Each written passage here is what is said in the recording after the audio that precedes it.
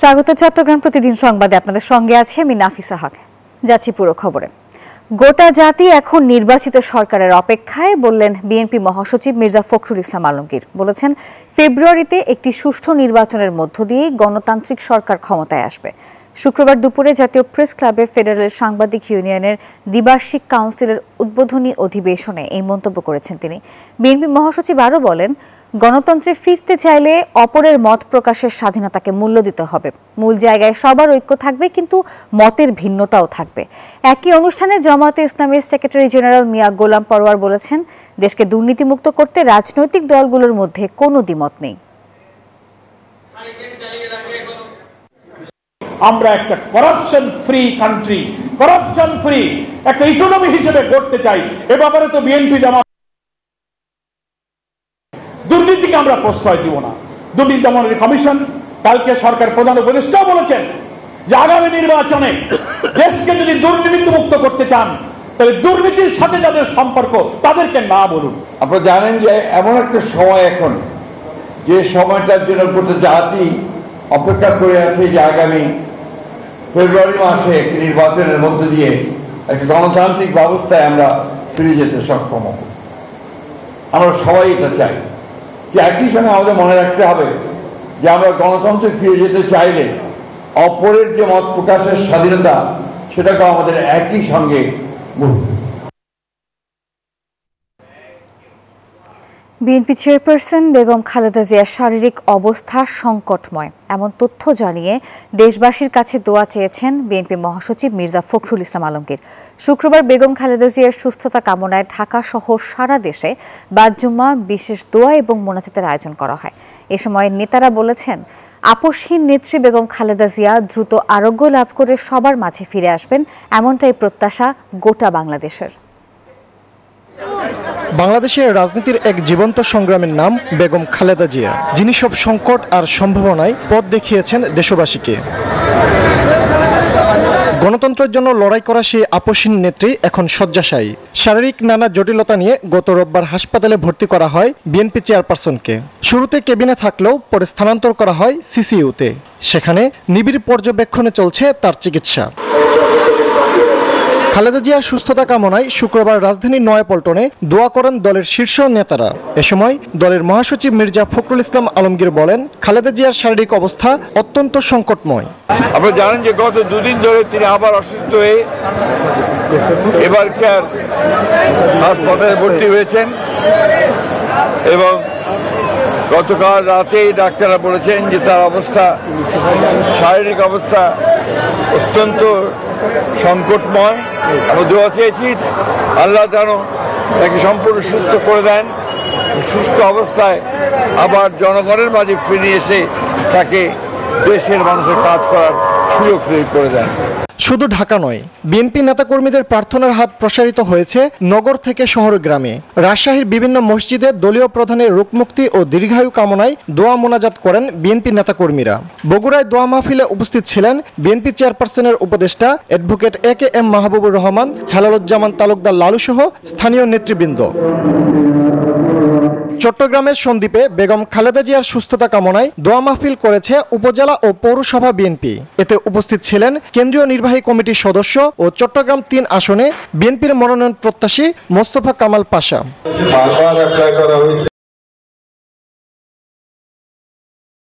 ছিলেন BNP chairperson Begum Khaleda জিয়ার উপদেষ্টা আমানুল্লাহ আমান। ফজলে রাব্বি সৌরভ, নিউজ 24, ঢাকা। চট্টগ্রাম 10 সংসদীয় আসনে বিএনপির মনোনীত ধানের শীর্ষের প্রার্থী বিএনপির জাতীয় স্থায়ী কমিটির সদস্য আমির খসরু মাহমুদ চৌধুরীর সমর্থনে লিফলেট বিতরণ করা হয়েছে। শুক্রবার রাষ্ট্র কাঠামো মেরামতে বিএনপির ভারপ্রাপ্ত চেয়ারম্যান তারেক রহমান ঘোষিত 31 দফা বাস্তবায়নে জনসচেতনতা সৃষ্টির লক্ষ্যে 42 নং ওয়ার্ড যুবদলের অন্যতম সংগঠক মোহাম্মদ তোফাজ্জল হোসেনের নেতৃত্বে তুলাতলী সিডিএ পুনর্বাসন বেবি সুপার এলাকায় লিফলেট বিতরণ করা হয়।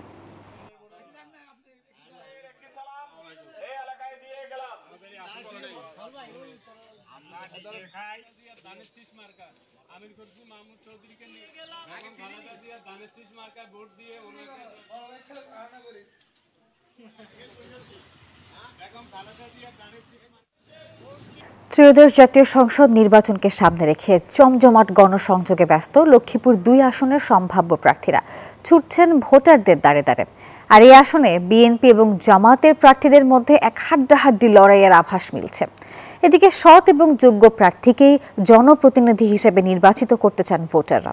সাইদুল ইসলাম পাভেলের পাঠানো তথ্য ছবি নিয়ে ডেস্ক রিপোর্টে থাকছে বিস্তারিত।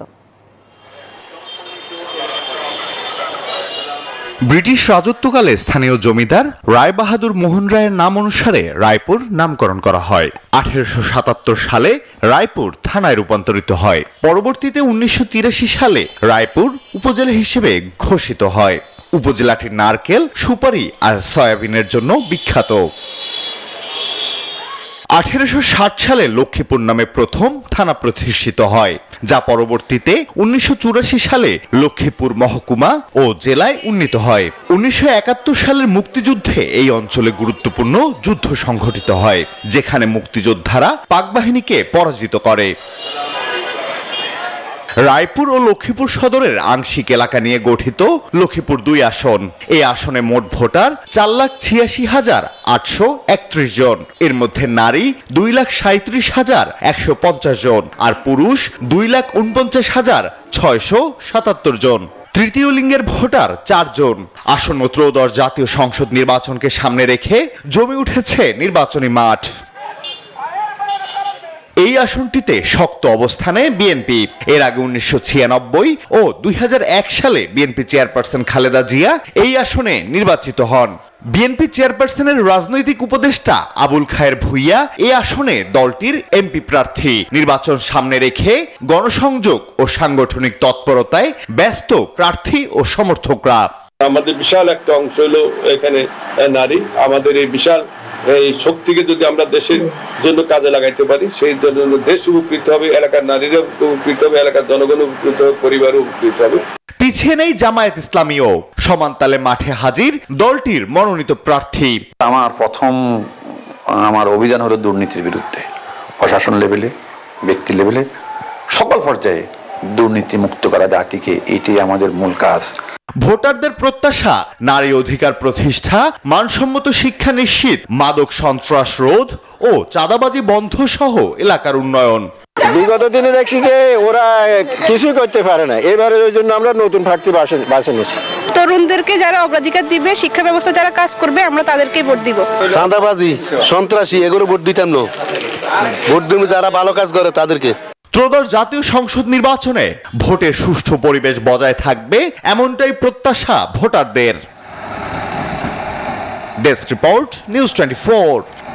যারা মনে করেন প্রতীক পেলেই নির্বাচিত হবেন, তারা বোকার স্বর্গে বাস করছেন। একমাত্র মানুষের মন জয় করলে নির্বাচনে জয়ী হওয়ার সম্ভাবনা রয়েছে বলে মন্তব্য করেছেন কুমিল্লা 9 বিএনপি মনোনয়ন প্রত্যাশী যুবদলের কেন্দ্রীয় কমিটির সাবেক শ্রম বিষয়ক সম্পাদক এবং বিজিএমই এর পরিচালক ডক্টর রশিদ আহমেদ হোসাইনি। শুক্রবার দুপুরে লাকসামে আয়োজিত মত বিনিময় সভা শেষে সাংবাদিকদের এসব কথা বলেছেন তিনি। আরও বলেন, 5ই আগস্টের চেতনা ও জুলাই সনদের আলোকে এবারে নির্বাচন হতে যাচ্ছে। এই নির্বাচনে কোনো দখলদারি ও জোর জবরদস্তি চলবে না। মানুষ স্বতঃস্ফূর্তভাবে নির্বাচনে অংশগ্রহণ করবে বলেও তিনি জানিয়েছেন।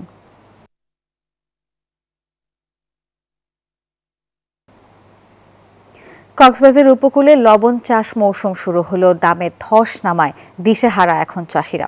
উৎপাদন খরচের অর্ধেক দামে লবণ বিক্রি করতে বাধ্য হওয়ায় অনেকেই মাঠে নামতেও এখন ভয় পাচ্ছেন। বিদেশি সোডিয়াম সালফেট আমদানি, বাজার ব্যবস্থাপনায় বিশৃঙ্খলা আর উৎপাদন পদ্ধতির নানা ভুল, সব মিলিয়ে সংকটে দেশের অন্যতম বড় এই শিল্প খাত। কক্সবাজার থেকে ইরফানুল হাসানের রিপোর্টে বিস্তারিত। শীতের আগমনের সাথে সাথে জমজমাট হয়ে ওঠার কথা কক্সবাজারের বিস্তীর্ণ লবণ মাঠ, কিন্তু এবার মাঠে নেই সেই ব্যস্ততা, নেই সুখবরও।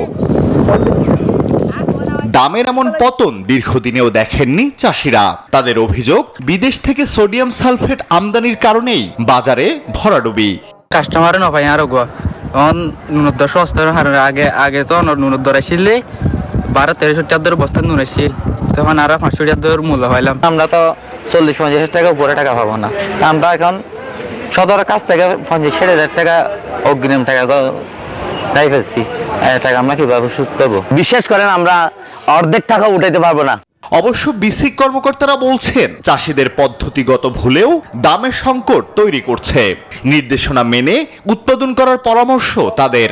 নিজেরাই নিয়মিত লবণ নিয়ে আসলে গবেষণা করছি যে কিভাবে আমাদের চাষ পদ্ধতিটা আরো উন্নত করা যায়। এই বছরও আমাদের প্রশিক্ষণ কার্যক্রম ইতিমধ্যেই শুরু হয়েছে। এদিকে লবণের বাজার স্থিতিশীল করতে মজুদ, ন্যায্য মূল্য নির্ধারণ, মিল মালিকদের ও চাষিদের সংকট নিয়ে আলোচনা শুরু করেছে শিল্প মন্ত্রণালয়। উৎপাদনকারীরা পাচ্ছে না, ন্যায্য মূল্য পাচ্ছে না, এবং তাদের ন্যায্য মূল্য কিভাবে পাওয়া যায় সেটার জন্য আমাদের একটা পাওয়ার প্রেজেন্টেশন হয়েছে। পরিসংখ্যান বলছে 2025-26 মৌসুমে কক্সবাজার উপকূলে অন্তত 41,000 চাষি লবণ চাষে নামবেন। Desk report, news 24। শাহজাহান চৌধুরীর বক্তব্যই প্রমাণ করে নির্বাচনে প্রভাব বিস্তারে মরিয়া হয়ে উঠেছে জামাত। এমনটি অভিযোগ করেছেন চট্টগ্রাম 9 আসনের সম্ভাব্য বিএনপি প্রার্থী আবুল হাশেম বক্কর। বিকেলে চট্টগ্রাম লালদিঘিতে নির্বাচনী গণসংযোগে বক্তব্যে এই মন্তব্য করেছেন তিনি। বলেছেন, আবোল তাবোল কথা বলে নির্বাচনকে প্রহসনের রূপ দিতে চাইলেও জনগণ ধানের শীষে ভোট দিয়ে সুন্দর, নিরাপদ এবং উন্নয়নশীল রাষ্ট্র পরিচালনার সুযোগ তৈরি করবে। বক্তব্যের পরে মিছিল নিয়ে নগরীর বিভিন্ন সড়ক প্রদক্ষিণ করেন।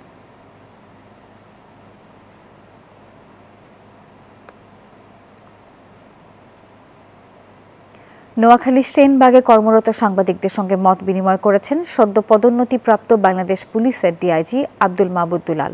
শুক্রবার সকালে সেনবাগ বাজারে এই মত বিনিময় সভা অনুষ্ঠিত হয়েছে। অনুষ্ঠানে দলমতের ঊর্ধ্বে দেশের কল্যাণে কাজ করার জন্য সবার সহযোগিতা কামনা করেন ডিআইজি আব্দুল মাহবুব দুলাল। এ সময় উপস্থিত ছিলেন সেনবাগ থানার ভারপ্রাপ্ত কর্মকর্তা এস.এম. মিজানুর রহমান সহ আরও অনেকেই।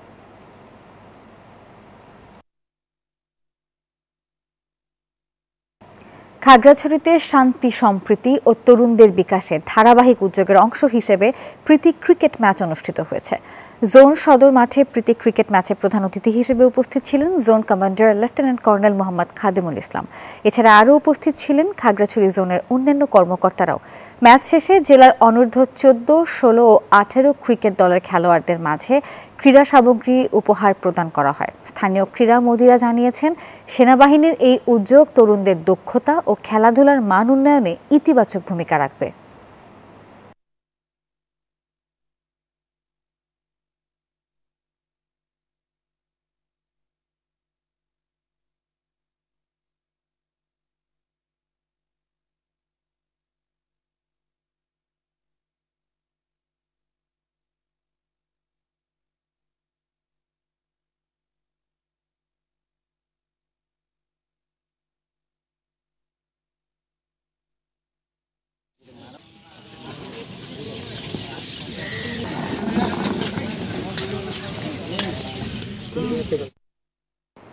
চট্টগ্রাম প্রতিদিন সংবাদ এই পর্যন্তই। সঙ্গে থাকার জন্য ধন্যবাদ সবাইকে।